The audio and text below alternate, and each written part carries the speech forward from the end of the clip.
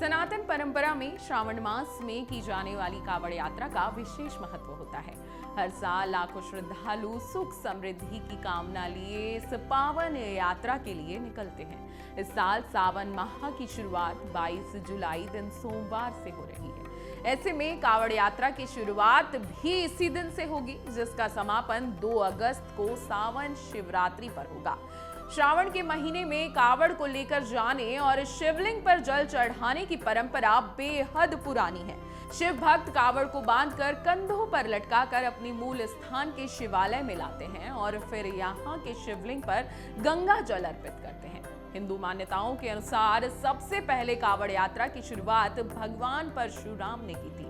कहते हैं कि भगवान परशुराम गढ़मुक्तेश्वर धाम से गंगा जल लेकर आए थे और फिर इस गंगा जल को उन्होंने यूपी के बागपत के पास स्थित पूरा महादेव पर चढ़ाया।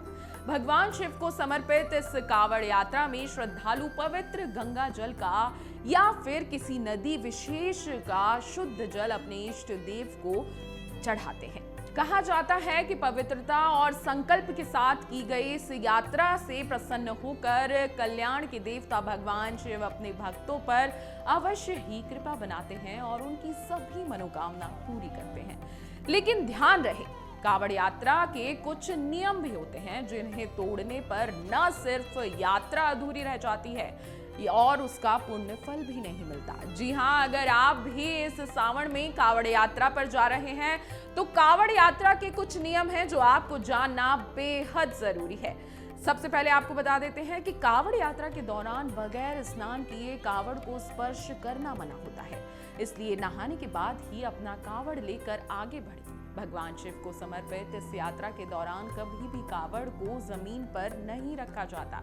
यदि कहीं शौच विश्राम आदि के लिए रुकना भी पड़ जाए तो उसे पेड़ या किसी उच्च स्थान पर रख देना चाहिए। कावड़ यात्रा के दौरान पवित्रता का पूरा ख्याल रखना चाहिए। कावड़ यात्रा के दौरान चमड़े से बनी किसी चीज को ना तो आपको प्रयोग करना है और ना ही उसे छूना है। कावड़ को सिर के ऊपर रखकर न ले जाएं। जी हाँ, कावड़ को सिर के ऊपर रखना वर्जित माना गया है। इसके अलावा किसी वृक्ष या पौधे के नीचे कावड़ को नहीं रखना चाहिए।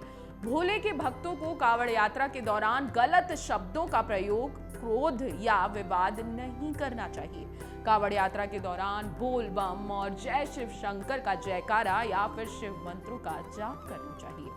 कावड़ यात्रा के दौरान किसी भी प्रकार का नशा जैसे मांस, मदिरा, भांग आदि का सेवन ना करें। इस पावन यात्रा के दौरान भूलकर भी तामसिक भोजन ना करें। जी हाँ, कावड़ यात्रा भगवान शिव को प्रसन्न करने के लिए बेहद ही अच्छी पूजा पाठ बताई जाती है। सावन का महीना पवित्र होता है और सावन के महीने में आप जो भी करें पवित्रता और सच्चे मन के साथ करें। निश्चित ही भोले बाबा आपकी सभी मनोकामना पूर्ण करेंगे और आपकी यात्रा भी सफल करवाएंगे। अगर आपको हमारा ये वीडियो पसंद आया हो तो हमारे चैनल जीवांजलि को सब्सक्राइब करें